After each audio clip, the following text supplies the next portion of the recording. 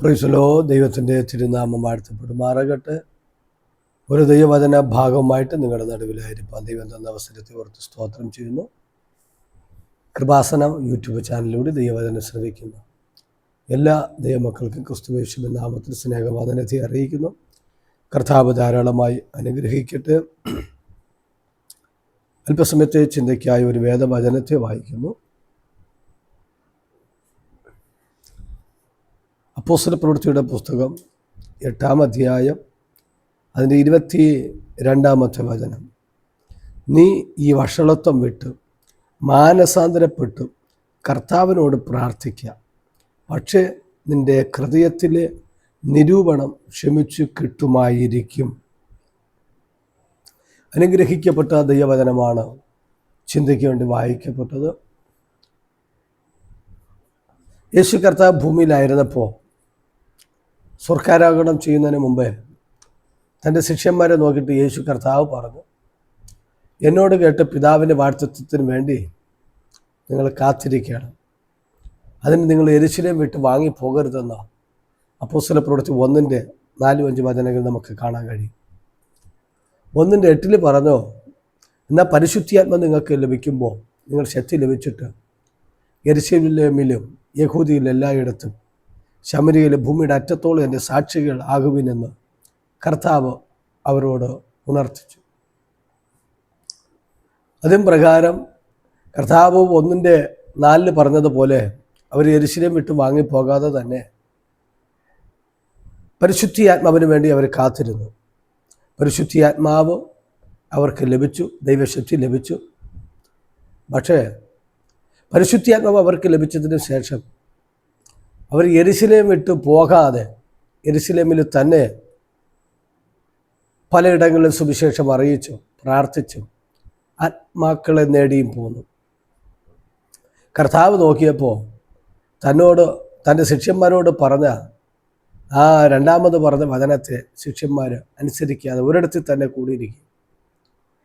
അവിടെ ഒത്തിരി ജനം കൂടി വരുന്നുണ്ട്, വലിയൊരു മഹാസഭയായി മാറുന്നു.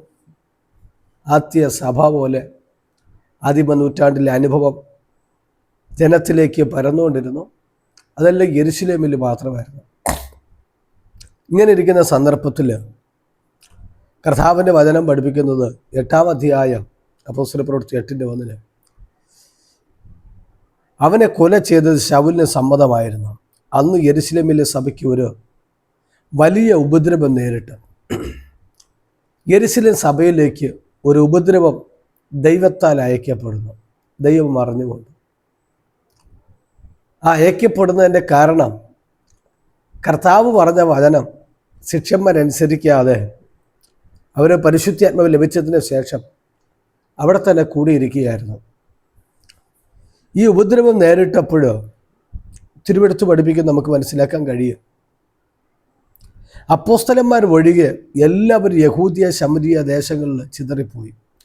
ഭക്തിയുള്ള പുരുഷന്മാർ സ്തേഫാനോസിനെ അടക്കം ചെയ്തു.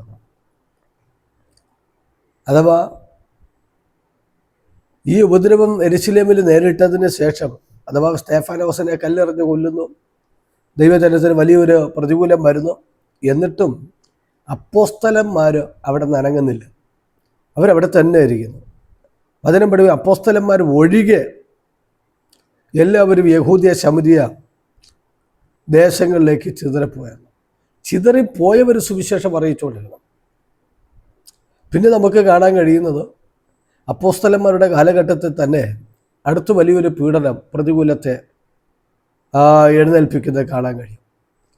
10 രാജാക്കന്മാർ എഴുന്നേറ്റ് യേശുവിൻ്റെ അപ്പോസ്തലന്മാർക്ക് വിരോധമായി തീരുകയും പലരെയും ഉപദ്രവിക്കാൻ തുടങ്ങിയപ്പോൾ നമ്മുടെ കർത്താവിൻ്റെ ശിഷ്യനായ തോമസ് ഇന്ത്യയിലേക്ക് വരാനിടയായി. അതിനെല്ലാം കാരണം രാജാക്കന്മാർ ക്രിസ്ത്യാനികൾക്കെതിരെ, അഥവാ യേശുവിൻ്റെ ശിഷ്യന്മാർക്കെതിരെ എഴുന്നേറ്റു.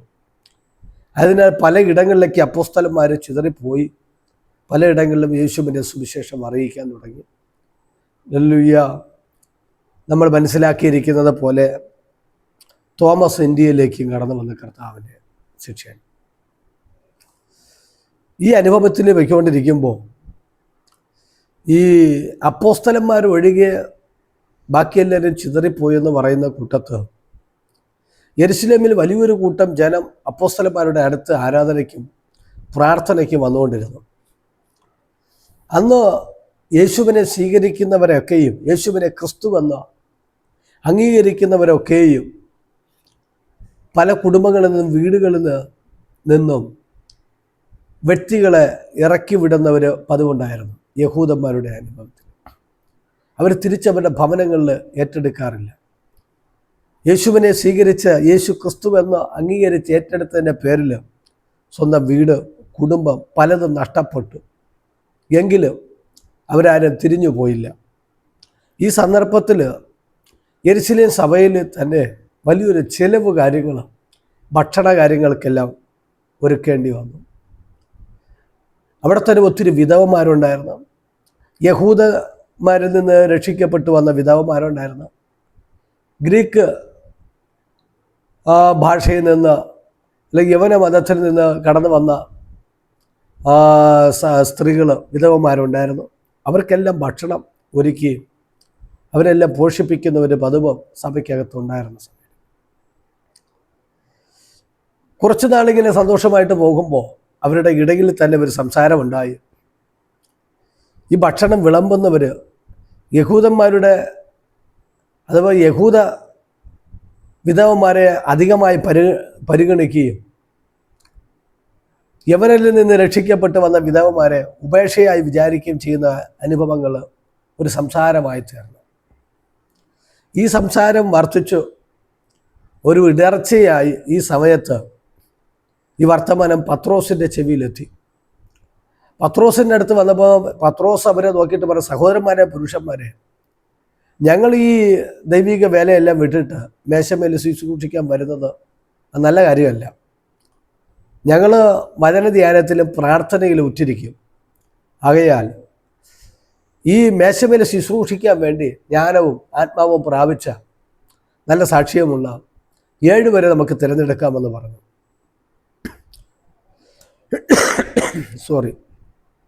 അത് എല്ലാവർക്കും ഇഷ്ടമായി, താല്പര്യമായി. അങ്ങനെ 7 പേരെ തിരഞ്ഞെടുത്ത് മേശമേൽ ശുശ്രൂഷിക്കാൻ. ആ തിരഞ്ഞെടുക്കപ്പെട്ടവരുടെ കൂട്ടത്തിൽ ഉൾപ്പെട്ട ഒരു മനുഷ്യനാണ് ഫിലിപ്പോസ് എന്ന് പറഞ്ഞ മനുഷ്യൻ. ഫിലിപ്പോസ് എന്ന് അദ്ദേഹം ഒരു നല്ലൊരു ഭക്തനായിരുന്നു. മാത്രമല്ല വേദപുസ്തകം വെളിപ്പെടുത്താൻ അവന് ഒരു സുവിശേഷകനായിട്ട് വെളിപ്പെടുത്തും. അദ്ദേഹം മേശമേൽ വിധവന്മാർക്ക് ഭക്ഷണം കാര്യങ്ങളെല്ലാം വിളമ്പിക്കൊണ്ട് സെർവ് ചെയ്തുകൊണ്ടിരുന്ന വ്യക്തിത്വമായിരുന്നു. ദൈവത്തിൻ്റെ വചനം പഠിപ്പിക്കുന്ന മനസ്സിലാക്കാൻ കഴിയുന്നു. യെരുശലേമിൽ സഭയ്ക്ക് പീഡനം ആരംഭത്തിൽ വെളിപ്പെട്ടപ്പോൾ തന്നെ ശിഷ്യന്മാർ ഒഴികെ ബാക്കി എല്ലാവരും ചിതറിപ്പോയെന്ന് പറഞ്ഞല്ലോ. ആ കൂട്ടത്തിൽ ഈ 7 പേരും ചിതറിപ്പോവാനിടയായി. 8-ാം അധ്യായം അതിൻ്റെ 4-5 വചനത്തിൽ ഇങ്ങനെ വായിക്കുന്നു, ചിതറിപ്പോയവർ ദൈവവചനം സുവിശേഷിച്ചും കൊണ്ട് അവിടെ സഞ്ചരിച്ചു. ഫിലിപ്പോസ് ശമരിയ പട്ടണത്തിൽ ചെന്ന് അവരോട് ക്രിസ്തുവിനെ പ്രസംഗിച്ചു. 6-ാമത്തെ വാക്യം, ഫിലിപ്പോസ് ചെയ്ത അടയാളങ്ങളെ പുരുഷാരങ്ങൾ കേൾക്കുകയും കാണുകയും ചെയ്തപ്പോൾ അവൻ പറയുന്നത് ഏക മനസ്സോടെ ശ്രദ്ധിച്ചു കൊണ്ടിരുന്നു. അശുദ്ധാത്മാക്കൾ ബാധിച്ച പലരിൽ നിന്നും അവ ഉറക്കെ നിലവിളിച്ചുകൊണ്ട് പുറപ്പെട്ടു. അനേകം പക്ഷപാതക്കാരും മുടന്തരും സൗഖ്യം പ്രാപിച്ചു. അങ്ങനെ ആ പട്ടണത്തിൽ വളരെ സന്തോഷമുണ്ടായി. ഓരോരുത്തർ വന്ന പീഡന നിമിത്തം ചിതറിപ്പോയപ്പോൾ ഫിലിപ്പോസ് ഓടിപ്പോയത് ശമരിയ പട്ടണത്തിലേക്കാണ്. ശമരിയ പട്ടണത്തിലേക്ക് അദ്ദേഹം ഓടിപ്പോകുമ്പോൾ അവിടെ ചെന്ന് ക്രിസ്തുവിനെ കുറിച്ചുള്ള സുവിശേഷം പ്രസംഗിക്കാൻ തുടങ്ങി. ക്രിസ്തുവിനെ കുറിച്ചുള്ള സുവിശേഷം പ്രസംഗിച്ചു കൊണ്ടിരിക്കുമ്പോൾ തന്നെ അദ്ദേഹത്തിലൂടെ കർത്താവ് വലിയ വിടുതൻ്റെ ശുശ്രൂഷകൾ ചെയ്യിപ്പിച്ചു. രോഗികളെ സൗഖ്യമാകാൻ തുടങ്ങി, മുടന്തന്മാർ എഴുന്നേക്കാൻ തുടങ്ങി. മാത്രമല്ല പക്ഷപാതക്കാർ വിടുവിക്കപ്പെടാൻ തുടങ്ങി. മാത്രമല്ല പൈശാചിക ബന്ധനത്തിൽ അകപ്പെട്ട് കിടന്ന വ്യക്തികൾ വിടുവിക്കപ്പെടാൻ തുടങ്ങി. പൈശാചിക ശക്തികൾ അലറി വിളിച്ചുകൊണ്ട് ശരീരങ്ങളെ വിട്ടു മാറി നമ്മുടെ ഫിലിപ്പോസിൻ്റെ വചന ശുശ്രൂഷയുടെ മധ്യം ഇങ്ങനെ ആ ദേശത്തിൽ തന്നെ ആ പട്ടണത്തിൽ വളരെ സന്തോഷമുണ്ടായെന്ന്. അഥവാ ഈ ശമരിയ പട്ടണത്തിലേക്കാണ് നമ്മുടെ ഫിലിപ്പോസ് കയറി ചെന്നത്. നാളുകളായ പട്ടണത്തിന് നഷ്ടപ്പെട്ടിരുന്ന സന്തോഷം ഒരു അഭിഷേകത്തിലൂടെ ദൈവം കൈമാറുന്നു. ഈ വചനം കേൾക്കുന്ന വ്യക്തി ജീവിതമേ, നീ ആയിരിക്കുന്ന ഇടങ്ങളിൽ യേശുവിനെക്കുറിച്ച് നീ സുവിശേഷം അറിയിക്കാൻ തുടങ്ങിയ ചിലരുടെ ജീവിതത്തിൽ കർത്താവ് സമാധാനത്തെ അയക്കും, ചില കുടുംബങ്ങളുടെ സന്തോഷത്തെ അയക്കും, ചില ദേശത്തിൽ സന്തോഷത്തെ ദൈവം അയക്കും. ഇവിടെ പറയുന്ന ഒരു പട്ടണം, അപ്പോസ്തല അല്ല, മേശമേൽ ഭക്ഷണം വിളമ്പാൻ വേണ്ടി തിരഞ്ഞെടുക്കപ്പെട്ട വ്യക്തിയാണ്. പക്ഷേ ഒരു പട്ടണത്തെ സന്തോഷിപ്പിക്കുന്ന വിധത്തിൽ അദ്ദേഹത്തിൻ്റെ ഉള്ളിൽ വ്യാപരിച്ച അഭിഷേകത്തിന് കഴിഞ്ഞു. അഭിഷേകം അദ്ദേഹത്തെ കൊണ്ടെത്തിച്ചു. അങ്ങനെയെങ്കിൽ ഞാനും നീയും പ്രാപിച്ചിരിക്കുന്ന അഭിഷേകം ചില പട്ടണങ്ങളെ സന്തോഷിപ്പിക്കുന്ന, ചില പൈശാചിക മണ്ഡലങ്ങളെ അഴിച്ച് കളയുന്ന, രോഗികളെ സൗഖ്യമാക്കുന്ന, അതുപോലെ തന്നെ മുടന്തന്മാരെ എഴുന്നേൽപ്പിക്കുന്ന, പക്ഷപാതക്കാരെ സൗഖ്യമാക്കുന്ന ഒരു വിടുതൻ്റെ ശുശ്രൂഷ പരിശുദ്ധാത്മ നമ്മുടെ കരത്തിൽ ഏൽപ്പിക്കുന്നു. ഏത് സാധാരണക്കാരനായ വ്യക്തിയെയും കർത്താവിൻ്റെ കയ്യിൽ ഏൽപ്പിച്ചു കൊടുത്താൽ കർത്താവ് ശക്തിയോടെ ഉപയോഗിക്കും. ഈ ദിവസങ്ങളിൽ ഫിലിപ്പോസിനെ പോലെ ചില പട്ടണങ്ങളിലേക്ക് ദൈവം ഉപയോഗിക്കട്ടെ, ചില കുടുംബങ്ങൾക്ക് വേണ്ടി ഉപയോഗിക്കട്ടെ, ചില ഗ്രാമങ്ങൾക്ക് വേണ്ടി ഉപയോഗിക്കട്ടെ. അങ്ങനെ ദൈവത്തിൻ്റെ വചനം പഠിപ്പിക്കുന്നു. ആ ദൈവപ്രവൃത്തികൾ അഥവാ ഈ ഫിലിപ്പോസിലൂടെ വലിയ അത്ഭുതങ്ങളും അടയാളങ്ങളും നടന്നു കൊണ്ടിരിക്കുമ്പോൾ ആ പട്ടണത്തിലെ ജനങ്ങൾ ഏക മനസ്സോടെ ശ്രദ്ധിച്ചു കൊണ്ടിരുന്നത്. ഇദ്ദേഹം പറയുന്ന വചനങ്ങൾ ഏക മനസ്സോടെ ചില ദൈവപ്രവൃത്തികൾ നടന്ന ജനം ശ്രദ്ധിക്കും, ചില വിടുതലുകൾ നടന്ന ജനം ദൈവത്തെ ഹല്ലേലൂയ തേടി വരും, ദൈവത്തിൽ ആശ്രയിക്കാൻ തുടങ്ങും. ഈ കാലഘട്ടത്തിൽ നമുക്ക് മനസ്സിലാക്കാൻ കഴിയും, ഹല്ലേലൂയ ആ വചന ശുശ്രൂഷകളിലേക്ക് മാത്രം ഒതുങ്ങിപ്പോകുന്നു, ഗാന ശുശ്രൂഷകളിലേക്ക് മാത്രം ഒതുങ്ങിപ്പോകുന്നു, പ്രാർത്ഥനകളിലേക്ക് മാത്രം ഹല്ലേലൂയ ഒതുങ്ങിപ്പോകുന്നു, അന്യഭാഷകളിലേക്ക് മാത്രം ഒതുങ്ങിപ്പോകുന്നു. ആദിമ കാലഘട്ടങ്ങളിൽ വെളിപ്പെട്ട അത്ഭുതങ്ങളും അടയാളങ്ങളും ദൈവസഭയ്ക്ക് വംശനാശം ഭവിച്ചതുപോലെ ആയിക്കൊണ്ടിരിക്കുന്ന ഈ കാലഘട്ടത്തിലേക്ക് എന്നെ കേൾക്കുന്ന ദൈവജനമേ, വ്യക്തിജീവിതമേ, ദൈവവചനത്തെ ഏറ്റെടുക്കാൻ തയ്യാറായ നിന്നെ ദൈവശക്തിയോട് ഉപയോഗിക്കും. വിശ്വസിക്കാൻ തയ്യാറായ പട്ടണങ്ങൾക്ക് വേണ്ടി, ഗ്രാമങ്ങൾക്ക് വേണ്ടി, ജില്ലകൾക്ക് വേണ്ടി കർത്താവ് ശക്തിയോടെ ഉപയോഗിക്കും. അങ്ങനെ തിരുവെഴുത്തിലൂടെ മനസ്സിലാക്കാൻ കഴിയുന്നത്, ദൈവഭക്തനായ ഫിലിപ്പോസ് ഇങ്ങനെ വലിയ ഒരു ശുശ്രൂഷ ചെയ്തുകൊണ്ടിരിക്കുമ്പോൾ ആ ശമരിയ പട്ടണത്തിൽ ശീമോൻ എന്ന് പറയുന്ന പേരുള്ള ഒരു മന്ത്രവാദി ഉണ്ടായിരുന്നു. വചനം 9 വാക്യം 8-9 പറയും, എന്നാൽ ശീമോൻ എന്ന് പേരുള്ള ഒരു പുരുഷൻ ആ പട്ടണത്തിൽ ആഭിചാരം ചെയ്തു താൻ മഹാൻ എന്ന് പറഞ്ഞു ശമരിയ ജാതിയെ ഭ്രമിപ്പിച്ചു പോന്നു. ഇവൻ മഹതി എന്ന ദൈവശക്തിയാകുന്നു എന്ന് പറഞ്ഞ ആബാലവൃത്തം എല്ലാവരും അവനെ ശ്രദ്ധിച്ചു വന്നു. ഇവൻ ആഭിചാരം കൊണ്ട് ഏറിയ കാലം അവരെ ഭ്രമിപ്പിക്കിയാൽ അത്രേ അവർ അവനെ ശ്രദ്ധിച്ചതെന്ന്.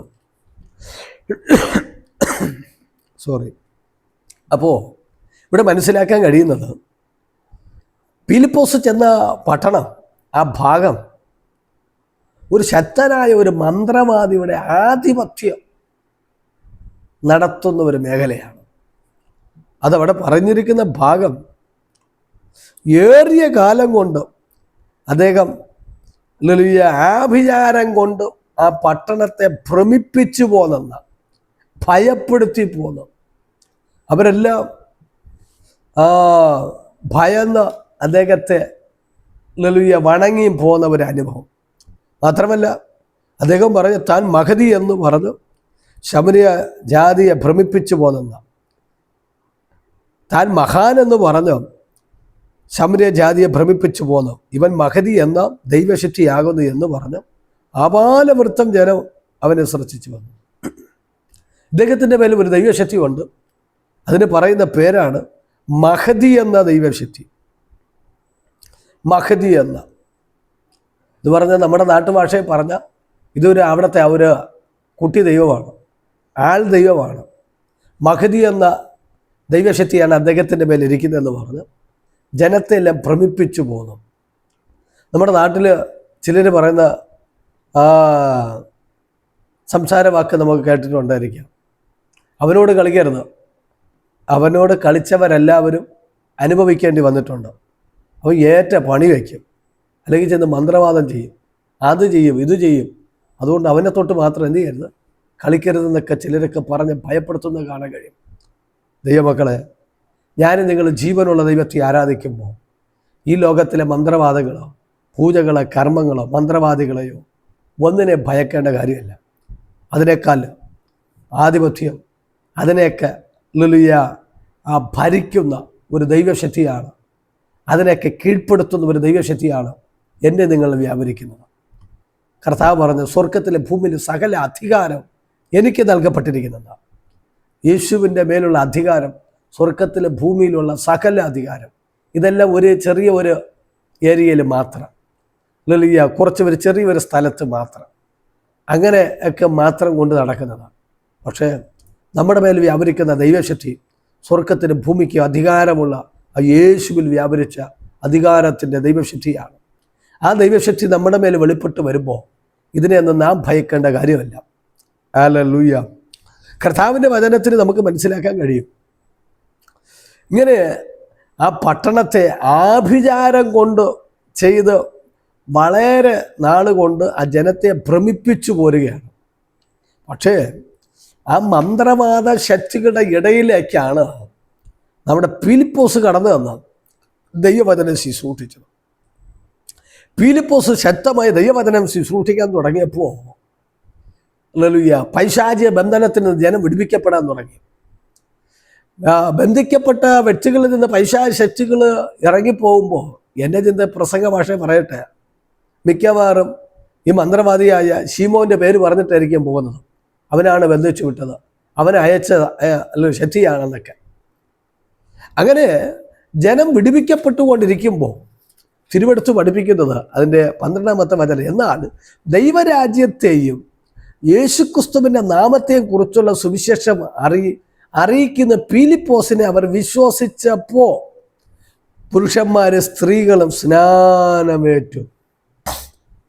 ശ്രദ്ധിക്കണം, ഇതുവരെ അവരെ വിശ്വസിച്ചത് എല്ലാം ശീമോൻ എന്ന് പറഞ്ഞ മന്ത്രവാദിയാണ്, അവൻ്റെ മേലിരുന്ന മഹതി എന്നുള്ള ദൈവശക്തിയിലാണ്.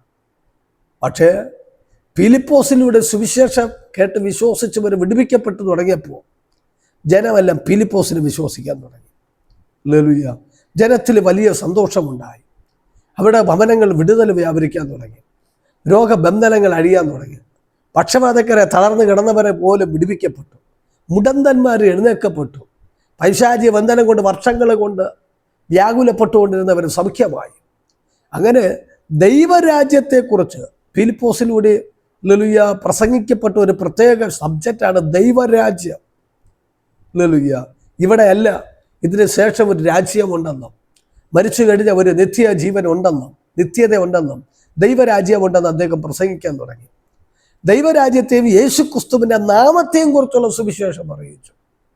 യേശുക്രിസ്തു എന്ന ആ ദൈവപുത്രൻ്റെ നാമത്തെക്കുറിച്ച് ശക്തമായി സുവിശേഷം അറിയിച്ചു. അങ്ങനെ ഫിലിപ്പോസിനെ വിശ്വസിച്ച പുരുഷന്മാരും സ്ത്രീകളും സ്നാനമേറ്റു വന്നു. ഹല്ലേലൂയ. അഥവാ അദ്ദേഹം ഒരു സുവിശേഷകനാണ്. അപ്പോൾ തന്നെ സുവിശേഷം കേട്ട് വിശ്വസിച്ച് വന്നവർ അദ്ദേഹം സ്നാനപ്പെടുത്തി. ഈ സന്ദർഭത്തിൽ നമുക്ക് മനസ്സിലാക്കാൻ കഴിയുന്നത്, അവർ സ്നാനമേറ്റ് ഫിലിപ്പോസിനോട് ചേർന്ന് വലിയ വീരപ്രവൃത്തികളും അടയാളങ്ങളും നടന്ന് കണ്ട് അവർ ഭ്രമിച്ചു. ഈ ഫിലിപ്പോസിലൂടെ വലിയ വീരപ്രവൃത്തികൾ നടക്കാൻ തുടങ്ങി ദേശത്തിൽ. അപ്പോഴാണ് ആ പട്ടണക്കാർ ജനം മനസ്സിലായത്, ശീമോൻ്റെ കയ്യിലിരിക്കുന്ന ഐറ്റം അല്ല ഈ നമ്മുടെ ഫിലിപ്പോസ് പ്രസംഗിക്കുന്ന ദൈവം, ഫിലിപ്പോസ് പ്രസംഗിക്കുന്ന ജീവനുള്ള ദൈവമാണെന്ന് അവർ തിരിച്ചറിഞ്ഞു. ജീവിക്കുന്ന ഒരു ദൈവമുണ്ടെന്നും ദൈവരാജ്യം വരാൻ പോകുന്നു എന്നുള്ള കാര്യം അവർക്ക് മനസ്സിലായി. ആ ദൈവരാജ്യത്തിലേക്ക് പ്രവേശിക്കാൻ വേണ്ടി അവരെല്ലാം മാനസാന്തരപ്പെട്ട് സ്നാനമേൽക്കാൻ തുടങ്ങി. ഈ സന്ദർഭത്തിൽ നമുക്ക് മനസ്സിലാക്കാൻ കഴിയുന്നത് 14-ാമത്തെ വാക്യം, അനന്തരം യെരുശലേമിലുള്ള അപ്പോസ്തലന്മാർ ശാമരിയർ ദൈവവചനം കൈക്കൊണ്ട് എന്ന് കേട്ട് ഹല്ലേലൂയ പത്രോസിനെ യോഹന്നാനെ അവരുടെ അടുക്കലേക്ക് അയച്ചത്. 13-ാമത്തെ വാക്യത്തിൽ ഇങ്ങനെ ഒരു ഭാഗം കൂടി എടുത്തു പറയേണ്ടതുണ്ട്. ഹല്ലേലൂയ അനേകര് സ്നാനമേറ്റ് ഫിലിപ്പോസിനോട് കൂടെ ചേരുമ്പോൾ അവിടെ പറയുന്ന ഭാഗം ശീമോൻ താനും വിശ്വസിച്ച് സ്നാനമേറ്റ് ഫിലിപ്പോസിനോട് ചേർന്നെന്ന്. അഥവാ ഈ മന്ത്രവാദിയും സ്നാനപ്പെട്ടെന്ന്. വർഷങ്ങൾ കൊണ്ട് മഗതി എന്ന ദൈവശക്തി എന്ന് പറഞ്ഞ് ജനത്തെ ആപാലവൃത്തം ഭയപ്പെടുത്തി ഭ്രമിപ്പിച്ച് പോന്ന ഈ മന്ത്രവാദിയും സ്നാനമേറ്റു. അഥവാ ഫിലിപ്പോസ് ചെന്ന് യേശുവിൻ്റെ സുവിശേഷം അറിയിക്കാൻ തുടങ്ങിയപ്പോൾ ജനമെല്ലാം ഫിലിപ്പോസിൻ്റെ അടുത്തേക്ക് വരാൻ തുടങ്ങി. മന്ത്രവാദിയുടെ അടുത്തിലേക്കുള്ള കളക്ഷൻ കിട്ടാതെയായി. അവിടെ ആൾക്കാർ ചെല്ലാതെയായി. കാരണം അദ്ദേഹം പറയും ഇന്നടുത്ത് ഇന്നെ സംഭവിക്കുമെന്നൊക്കെ പറയും. അതുപോലെ സംഭവിക്കും. കാരണം അവൻ്റെ കയ്യിലിരിക്കുന്ന ശക്തിയല്ലേ അയച്ചു വിടുന്നത്. അതുകൊണ്ട് ജനം പേടിച്ച് അവനെ വണങ്ങിഞ്ഞ് പോരുകയാണ് ഭയപ്പെട്ടു. പക്ഷെ ഫിലിപ്പോസ് ചെന്ന് യേശുവിൻ്റെ സുവിശേഷം അറിയിച്ചപ്പോൾ ആ ബന്ധനങ്ങൾ പൈശാചിക ശക്തികളെല്ലാം അവിടെ നിന്ന് ഓടിക്കളയാൻ തുടങ്ങി. വെട്ടുകളെ വിട്ട് അഴിയപ്പെടാൻ തുടങ്ങി. അങ്ങനെ വലിയ ജനക്കൂട്ടം ഫിലിപ്പോസിൻ്റെ പുറകെ പോയി. ഫിലിപ്പോസിൻ്റെ പുറകെ പോയപ്പോഴാണ് ഇവിടെ ശീമോൻ്റെ വീട്ടിൽ ആൾക്കാർ വരാതെയായി. ഇവിടെ ആൾ കുറഞ്ഞു. ഞാൻ നേരത്തെ പറഞ്ഞല്ലോ, പൈശാചിക ബന്ധനം കഴിഞ്ഞു പോകുമ്പോൾ ഒരു പക്ഷേ ഇവൻ്റെ പേരേറ്റ് വിളിച്ചു പറഞ്ഞായിരിക്കും കടന്നു പോകുന്നത്. ഇവനാണ് പറഞ്ഞു വിട്ടതെന്നൊക്കെ.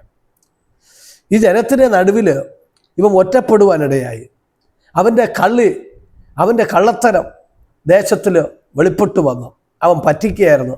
അവൻ ഇവരെ ജനത്തെ മുഴുവനും വഞ്ചിക്കുകയായിരുന്നു എന്നുള്ള കാര്യം ജനം തിരിച്ചറിഞ്ഞു. ജനം തിരിച്ചറിഞ്ഞെന്ന് മനസ്സിലായപ്പോൾ ഈ ശീമോന് വേറെ വഴിയില്ല. ശീമോന് രക്ഷപ്പെടാൻ വേറെ വഴിയില്ലാഞ്ഞിട്ട്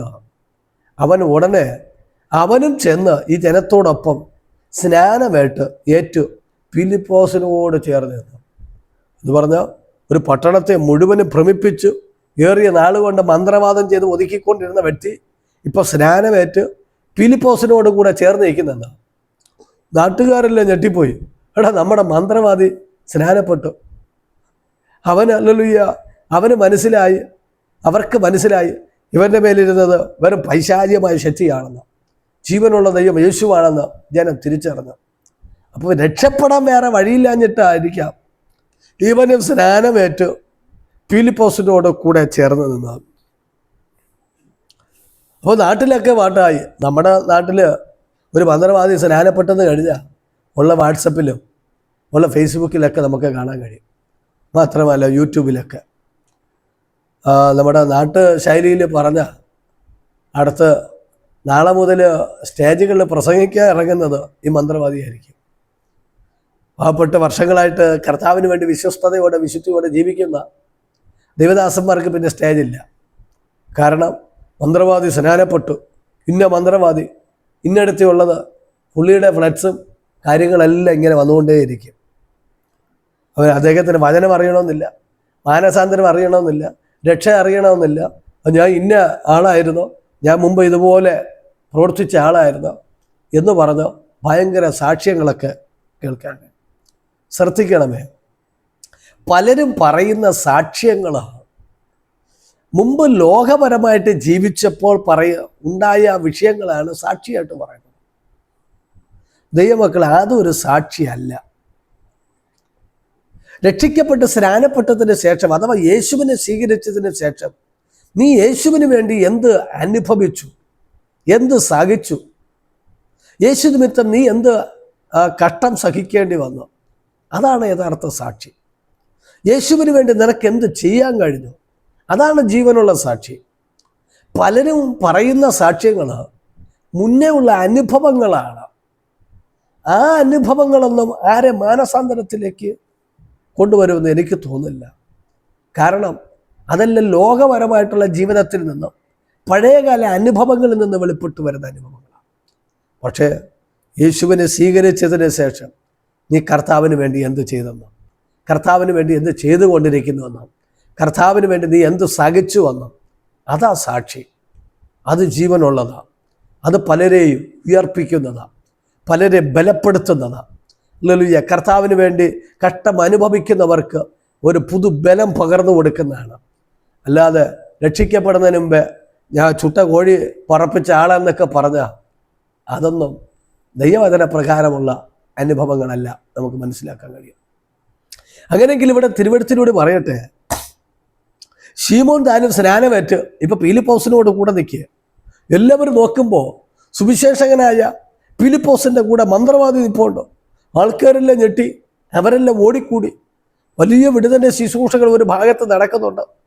ഈ സന്ദർഭത്തിലാണ് ഇവിടെ ശമരിയർ ദൈവവചനം കൈക്കൊണ്ടെന്നും സ്നാനമേറ്റെന്നുള്ള കാര്യം യെരൂശലേമിൽ അറിഞ്ഞു. നമ്മുടെ അപ്പോസ്തലന്മാർ അവിടെ ഇരിപ്പുണ്ട്, അവരാരും അനങ്ങിയിട്ടില്ല. നേരത്തെ പറഞ്ഞല്ലോ, അവരെല്ലാം അവിടെ തന്നെ ഉണ്ട്.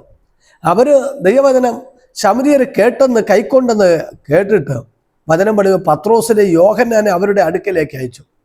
അവർ ചെന്ന് അവർക്ക് പരിശുദ്ധി ആത്മാവ് ലഭിക്കേണ്ടതിന് അവർക്കായി പ്രാർത്ഥിച്ചു. പത്രോസ് യോഹന്നാനും കൂടി വന്നത് ഇവർക്ക് പരിശുദ്ധി ആത്മാവ് ലഭിക്കാൻ വേണ്ടി പ്രാർത്ഥിച്ചു. ശ്രദ്ധിക്കണം, ശുശ്രൂഷയിൽ ഓരോരുത്തർക്ക് ദൈവം പകരുന്ന വ്യത്യസ്തമായിട്ടുള്ള ശുശ്രൂഷകളാണ്. പീലിപ്പോസ് സുവിശേഷകനാണ്.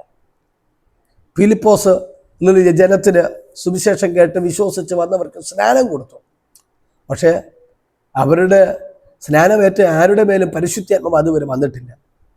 തിരുവെടുത്ത് പഠിപ്പിക്കുന്നത് പരിശുദ്ധാത്മാവ് ആ ജനത്തിൻ്റെ മേൽ വരേണ്ടതിന് വേണ്ടി പത്രോസ് യോഹന്നാനും യെരൂശലേമിൽ നിന്ന് ശമരിയയിലേക്ക് വന്നെന്ന അവരെ അയച്ചു.